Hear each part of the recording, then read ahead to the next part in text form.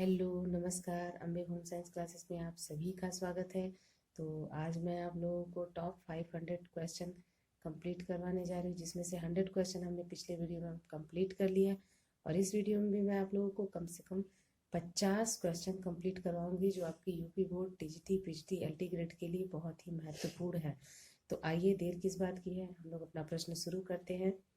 तो मेरा आज का 101 प्रश्न है, अस्थि संस्थान में कुल अस्थियां होती हैं। तो अस्थि संस्थान में कुल 206 अस्थियां होती हैं। 102 है, कोहनी का जोड़ कौन सा जोड़ कहलाता है। तो कोहनी का जो जोड़ होता है वो कब्जेदार जोड़ कहलाता है। 103 प्रश्न है, कंधे के स्थान पर किस प्रकार की अस्थि संधि पाई जाती है। तो कंदुक खल्लिका संधि पाई जाती है। 104 प्रश्न है, कपाल की अस्थियों में किस प्रकार की संधि पाई जाती है। तो कपाल की अस्थियों में अचल संधि पाई जाती है। 105 प्रश्न है, अस्थि का कड़ापन किस तत्व के कारण होता है। तो अस्थि का कड़ापन जो है वो कैल्शियम तत्व के कारण होता है। 106 प्रश्न है, मनुष्य के शरीर में कितनी पसलियां होती हैं। तो मनुष्य के शरीर में कुल 24 पसलियां होती हैं। 107 प्रश्न है, बच्चों के मेरुदंड में कितनी अस्थियां होती हैं। तो बच्चों के मेरुदंड में कुल 33 अस्थियां होती हैं। 108 प्रश्न है, एक वयस्क व्यक्ति के मेरुदंड में कितनी अस्थियां होती हैं। तो एक वयस्क व्यक्ति में 26 और बच्चों में कितना होता है 33। 109 प्रश्न है, घुटना किस प्रकार का अस्थि का उदाहरण है। तो घुटना जो है चूलदार यानी हिंज जोड़ का उदाहरण है। 110 प्रश्न है, अस्थि भंजन में होता है। तो अस्थि भंजन जब हो जाता है तो असहनीय पीड़ा होती है, यानी दर्द बहुत ज्यादा होता है। 111 है, पसलियां टूट जाने पर व्यक्ति को कठिनाई होती है। तो जब पसली टूट जाती है तो व्यक्ति को सांस लेने में परेशानी होती है। 112 प्रश्न है, सबसे खतरनाक अस्थि भंजन है। तो सबसे खतरनाक अस्थि भंजन है जटिल अस्थि भंजन। 113 है प्रश्न, एक हड्डी एक से अधिक स्थान पर टूटती है तो अस्थि भंजन कहलाती है, क्या कहलाती है, बहुखंडी कहलाती है। 114 प्रश्न है, श्वसन क्रिया स्वयं में होती है।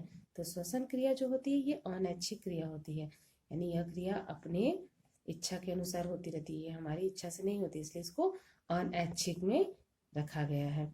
115 प्रश्न है, ऑक्सीजन द्वारा रक्त का शुद्धिकरण कहाँ होता है। तो ऑक्सीजन के द्वारा रक्त का शुद्धिकरण फेफड़ों में होता है। 116 प्रश्न है, वायु से ऑक्सीजन ग्रहण करने वाले रुधिर में उपस्थित पदार्थ का नाम है हीमोग्लोबिन। क्या नाम है, हीमोग्लोबिन। 117 प्रश्न है, वायु कोष पाए जाते हैं कहाँ पे पाए जाते हैं, फेफड़ों में। 118 है, श्वसन क्रिया का मुख्य अंग। तो श्वसन क्रिया का मुख्य अंग जो होता है वो फेफड़ा होता है। 119 प्रश्न है, मनुष्य के शरीर में फेफड़ों की संख्या कितनी होती है, 2 होती है।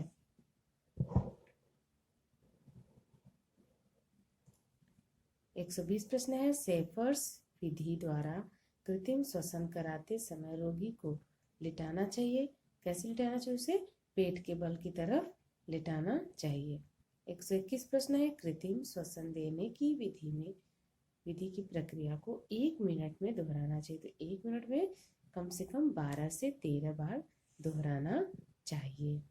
122वां प्रश्न है, वक्ष स्थल की हड्डी टूट जाने की दिशा में कृत्रिम श्वसन क्रिया चलाने वाली विधि क्या कहलाती है, लाबार्ड विधि कहलाती है। इसके बाद है 123वां, सेफर विधि में रोगी को लिटाया जाता है। तो सेफर विधि में रोगी को कैसे लिटाया जाता है, अधोमुखी दशा में। 124 प्रश्न है, पानी में डूबने वाले व्यक्ति को कृत्रिम श्वसन देने की सर्वोत्तम विधि कौन सी विधि है, सेफर विधि है।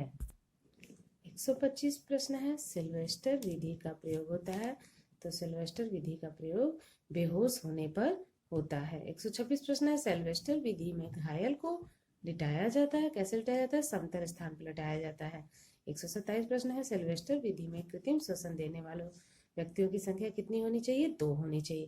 जो सिल्वेस्टर विधि होता है उसमें 2 व्यक्ति रहते हैं तभी वो विधि हो सकती है। 128 प्रश्न है, रोगी को स्पंज किस स्थान पर करना चाहिए? तो बंद कमरे में करना चाहिए।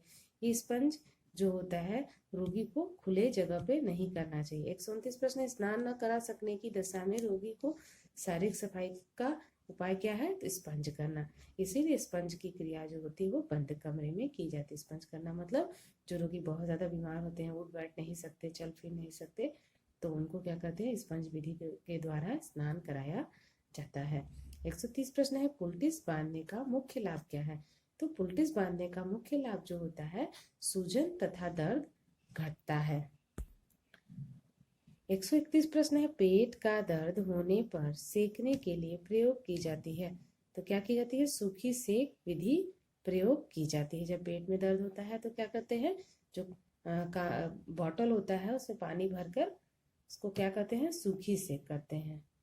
132 प्रश्न है, बर्फ की टोपी का प्रयोग कब किया जाता है? तो बर्फ की टोपी का प्रयोग तेज ज्वर में किया जाता है। 133 प्रश्न है, रिंग कुशन का प्रयोग किया जाता है, तो रिंग कुशन का प्रयोग सैया घाव होने पर किया जाता है। ये सैया घाव कब हो जाता है? जब व्यक्ति बहुत लंबे समय से बीमार पड़ते चलते हैं या बिस्तर पे ही पड़े रहते हैं तो उस व्यक्ति को सैया घाव हो जाता है, तो उसमें क्या था? रिंग कुशन का प्रयोग किया जाता है। 134 प्रश्न है, फोड़े फुंसी को पकाने में सहायक होता है, तो पुलटिस पुलटिस जो होता है वो फोड़े फुंसी को पकाने में बहुत ही सहायक होता है। जैसे लोग क्या करते हैं, जो अरहर की दाल होती है उसको पीस कर फिर क्या करते हैं, उसे उस घाव पर बांध देते हैं, जिससे वो घाव फोड़ा या फुंसी जो होता है वो जल्दी पक जाता है।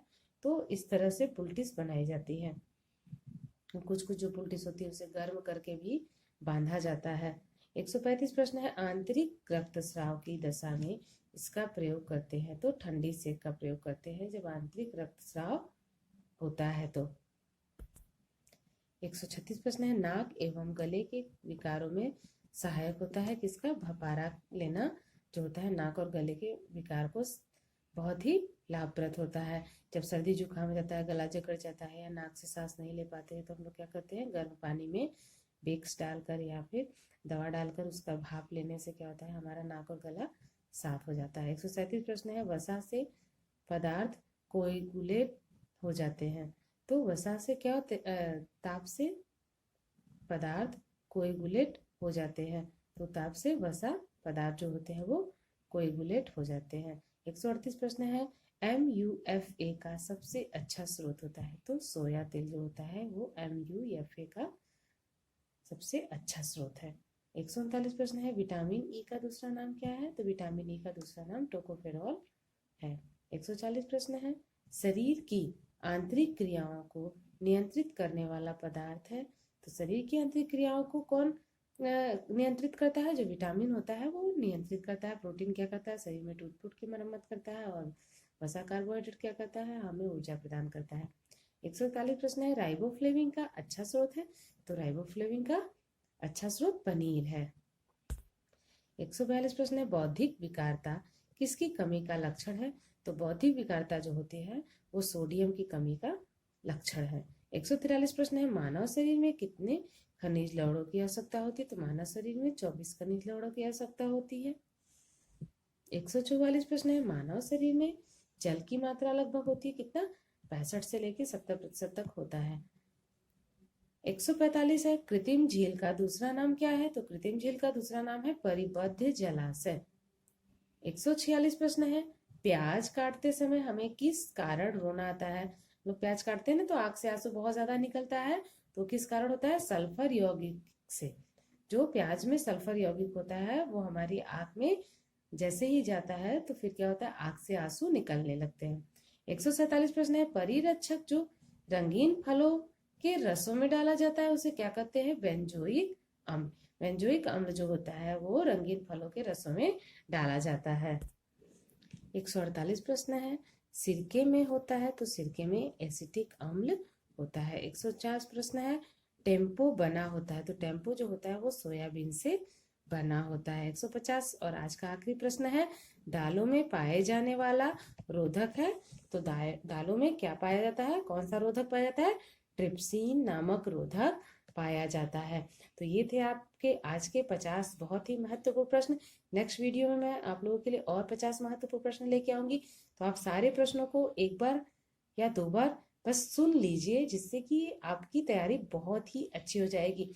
क्या होता है कि यूपी बोर्ड के एग्जाम में कक्षा 10 या 12 में कभी कभी ऑब्जेक्टिव प्रश्न कभी ऐसे पूछ देते हैं या अति लघु उत्तरीय प्रश्न ऐसे पूछ देते हैं जैसे हमें लगता है कि हमने इसे तो पढ़ा ही नहीं है, क्योंकि वो प्रश्न होते हैं आपके बुक से, पर हम एक एक बारीकियों को नहीं पढ़ पाते हैं।